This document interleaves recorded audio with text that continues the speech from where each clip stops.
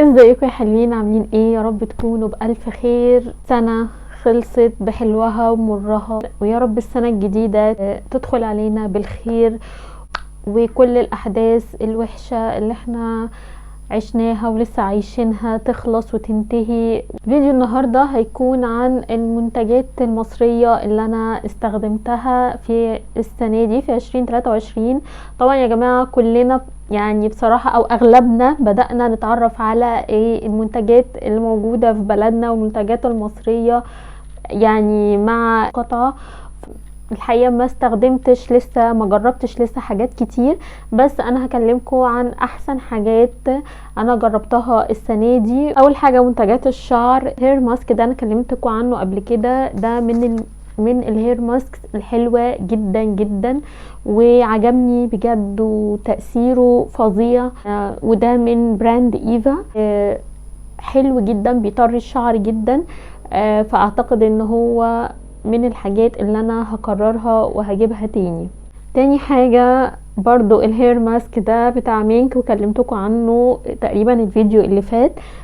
برضو من الهير ماسك الحلوة جدا وبتطري الشعر جدا، وسعره يعني تقريبا 80 جنيه او اقل.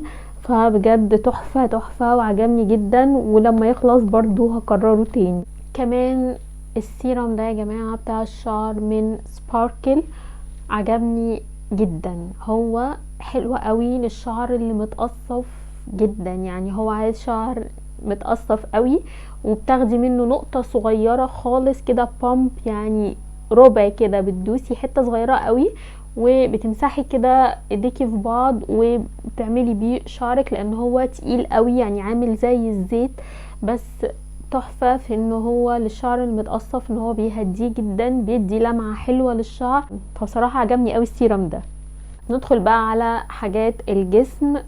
الشاور جيل ده من ريفولي، بجد يا جماعة بصوا كميته قد ايه، رهيبة، لتر، يعني كمية كبيرة جدا جدا، وكان سعره يعني طبعا انا جبته من كام شهر، هو ممكن يكون زاد شوية، كان 70 جنيه. صراحة عجبني قوي، عجبني جدا جدا، ريحته قوية، بيطري الجلد، فبصراحة تحفة قوي قوي قوي. كمان البادي سكراب ده من ايفا، برضو قلتلكوا عليه ريحته رهيبة، ريحته تحفة جدا. انا ما بحبش يا جماعة، ما بحبش الريحة الفروتي، بس ده فعلا يعني حببني في الريحة الفروتي قوي، ريحته خوخ، فحلوة قوي قوي، ريحته جميلة بجد يعني لما يخلص هستخدمه تاني. وطبعا بيقشر وبينعم الجلد جدا، فتحفة.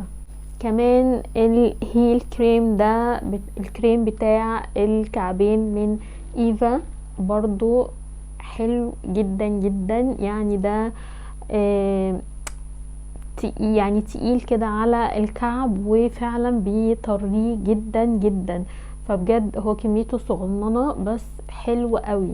وطبعا يا جماعة اكيد من الفيديو ده مش هيخلص اكيد غير ما اتكلم على شان بادي ميلك، اللي هو مكسر الدنيا، هو فعلا يستاهل بصراحة.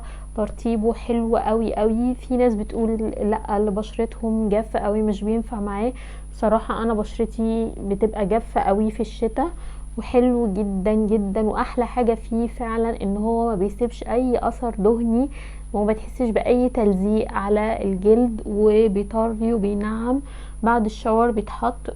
حلو قوي يعني بجد عجبني جدا، يعني ده يعني اقوى منتج السنة دي، يعني بجد انا اتبسطت ان انا عرفته واستخدمته. كريم الجليسرين ده من كيران مور، تحفة تحفة، ده بديل للجلايسوليد والنيفيا طبعا اللي احنا مقاطعينهم. بجد يا جماعة حلو جدا جدا جدا، يعني عجبني جدا. هو فعلا فيه جليسرين، بس هو اخف من جلايسوليد، يعني ما تحسيش بالتلزيق الجامد قوي بتاع جلايسوليد. بيطري موت، يعني ده في الشتاء تحفة جدا، بيطري جدا وبينعم جدا طبعا للرجلين الايدين، فحلو قوي قوي. بعد كده منتجات الوش، شان برضو ده جيل كلينزر يا جماعة، وده معمول لكل انواع البشرة.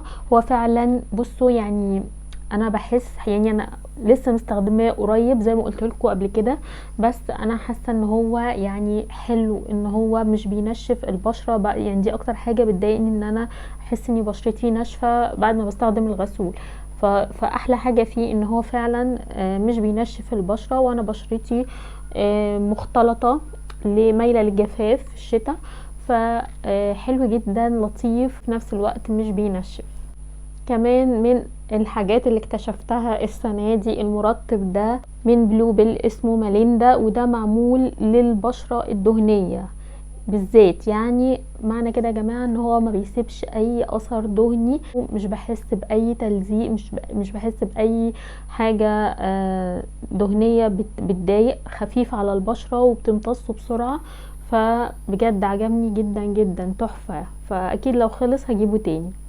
كمان ماسك الفحم ده يا جماعة من بوبانا، بصراحة تحفة جدا وبيطلع كل الحاجات الدهنية اللي في المسام. بوبانا برضو براند محترم جدا، بس انا الحقيقة السنة دي ما استخدمتش منه حاجات غير الماسك ده. ندخل بقى على الميك اب. ده اسيتون جربته من كيرا مور، برضو حلو جدا جدا. طبعا في ايفا ده معروف، بس ده حسوا ان كميته كبيرة وسعره كان تقريبا 40 او حاجة 40، فحلو جدا. وبرضو وبيمسح حلو قوي على طول، مش بتحتاجي ان انتي تحطي كذا مرة في القطن علشان تمسحي. فبرضو من الحاجات اللي عجبتني جدا السنة دي. اخر حاجة الميك اب يا جماعة، بصراحة انا ما جبتش يعني السنة دي اي حاجة براند مصري ميك اب غير الروج ده من سيبل. وكنت اول مرة بصراحة اجربه، هو مات والدرجة بتاعته 319. عايزة اوريه لكم، بصوا بيتفتح ازاي، ان انتوا تضغطوا عليه كده من فوق. بصوا يعني ليه تكنيك كده غريب، عجبني قوي. بصوا الدرجة دي انا بحبها جدا، بموت في درجات النود والدرجات دي اهي. بصوا درجة تحفة تحفة تحفة، وهو مات يا جماعة وكريمي في نفس الوقت، وهي دي المعجزة بتاعت سيبيل. احلى حاجة فيه فعلا ان هو مش بينشف الشفايف خالص، بس هو مش ثابت، بس مش مشكلة. يعني هو مش ثابت بعد ما تاكلي او تشربي حاجة، لكن غير كده هو ثابت.